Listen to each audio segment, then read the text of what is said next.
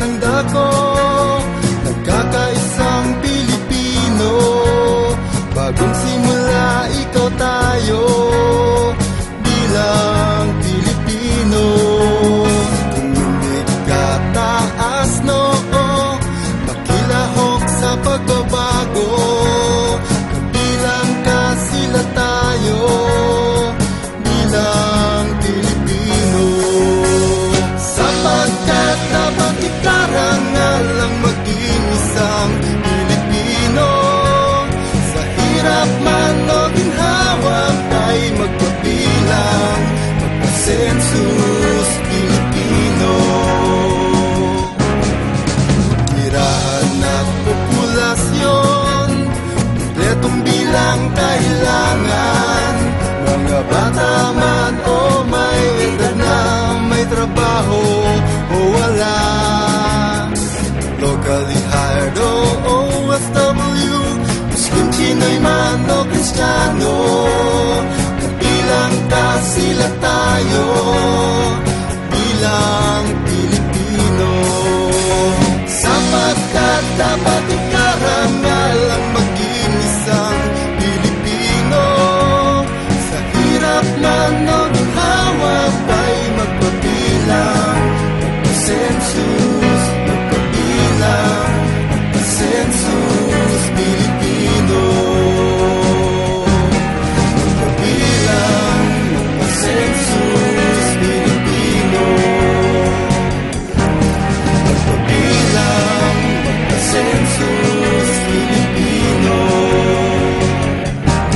Magpabilang, magpasensus Pilipino.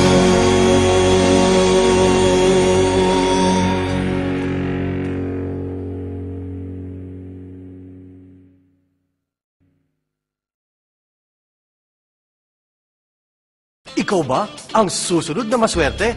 Sa instant premio sa resibo, malay mo! Parami na ng parami ang swinerte! Nanalo ako last year. Nagkapuhunan ako para sa sarili kong negosyo. Dahil sa PSR, marami nang natupad na pangarap. Swinerte, magkakotse! Ngayon, sali pa rin ako ng sali. Mali mo. Tuloy-tuloy din ang pamimigay ng cash prizes at load. Text lang ng text sa instant premio sa resibo. Malay mo, swerte mo na!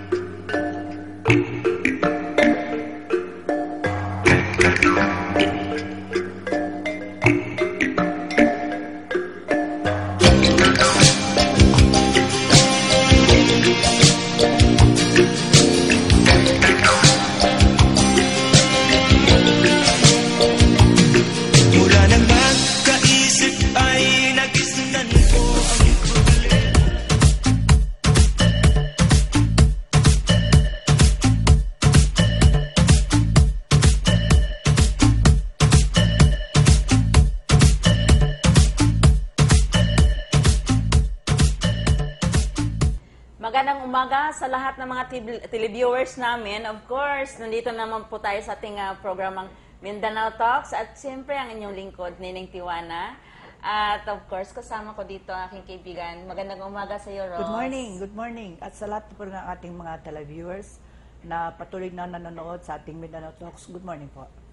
At siyempre, binabati namin ang gobernador ng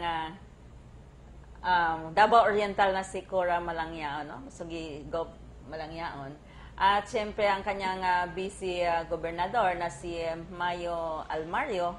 At siyempre ang ating mayor doon, kilala mo ba, Ross? Si Michelle Rabat. Ganun pa rin ang mayor doon, si Michelle Rabat. At siyempre, of course, ang kanyang vice mayor na si Rabat din, na lalaki.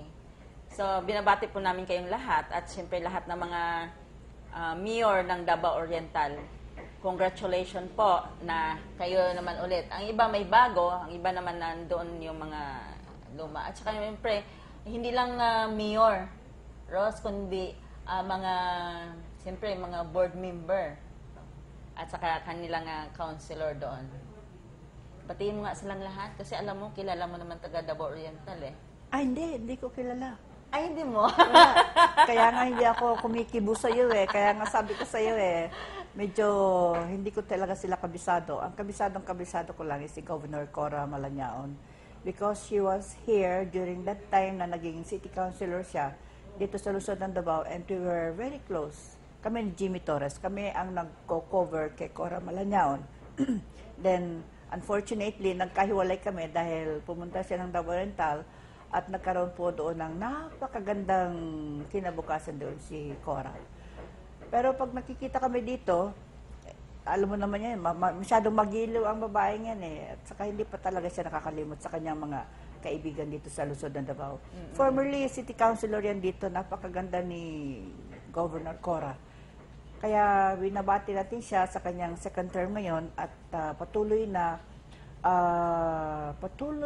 gustong-gusto talaga siya ng tao, di ba? Oo. Kasi maraming proyekto na talagang ang Davao Oriental ay umunlad ng dahil sa kanya din, no? Nabanggit mo yung Mayor Rabat at saka yung Vice Mayor Oo. Rabat din. Bukang talagang Rabat country yun, ano? Oo. Oo. Maalala ko yung kino-cover namin noon ni na Jimmy Torres, si Paking Rabat. De Punto. Yung noon ama. pa. Oo, yung ama.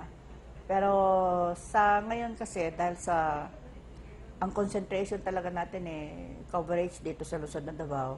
Katulad ngayon, sa City Council natin, yung namumuno din dyan si Mayor Duterte. Dating Mayor Duterte natin at Vice Mayor na ngayon. Kaya nagkaroon ng kinover din namin yung kanilang first session. Siya nga pala din magsisimula na ang susunod na session ay simula ng 2:00 ng hapon, hindi na umaga. Ay, hindi na umaga. The main reason doon na ipiniliwanag talaga ni Vice Mayor Duterte, kasi paggabi, alam mo, nagro-ronda-ronda yan si Rudy. Nako, maniwala ka. Talagang hanggang sa ngayon na Vice Mayor siya, and of course, ang kanyang anak na si Inday Sara, no, yun ang ating alkalde ngayon, the first woman na alkalde ng siyudad ng Davao. So, ang ating Vice Mayor ngayon ay si Rudy Duterte. Kaya po, minarapat niya na 2:00 ng hapon ang session, ang susunod na council session, 2:00 na ng hapon. Hindi na 9 o'clock. Nagkaroon kahapon ng amendments. Hindi pala pwede lang na 2:00 pag sinabi ng Vice Mayor natin na 2:00 din, ano? Hindi pala pwede ganun. Kailangan magkaroon ng amendments. Kaya sa first session nila, nagkaroon ng kaagad-agad na amendments, which was unanimous ang approval. Kaya sa susunod na session, 2:00 na ang session natin. Dami nagreklamo sa ating mga media. Kasi alam mo sa media, ang nangyayari sa atin, we are beating deadlines. Pag sinabi mong deadline ng 2:00, medyo mahirap, ano? And then meron pa palang napakaraming mga news sa City Council sa hapon. Kaya kailangan mabilisan. Yun ang nangyari. Sabi naman ni Mayor, paano tulog pa ako ng ganong oras? Siguro mga 9 o'clock tulog pa siya. Kung umaga ba naman, 9:00 magsisimula ang session sa morning, and kasalukuyan pa naghihilik si Vice Mayor dahil sa gabi talaga, concentration talaga niyang peace and order ng siyudad ng Davao. Nagruruta, nakikita ko minsan nakamotor pa yan si Mayor talaga. Grabe si Mayor, si Vice Mayor Duterte. Batiin mo na nga.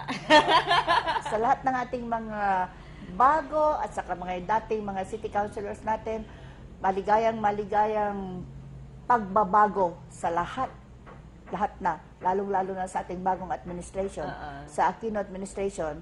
Alam mo naman dito sa siyudad ng Davao, talagang pag sinabi mong Duterte, napakahusay ng kanilang pamamalakad. Kaya nga mag-ama, talagang sila pa rin, ang mga Dutertes pa rin. Kaya binabati po namin kayong lahat.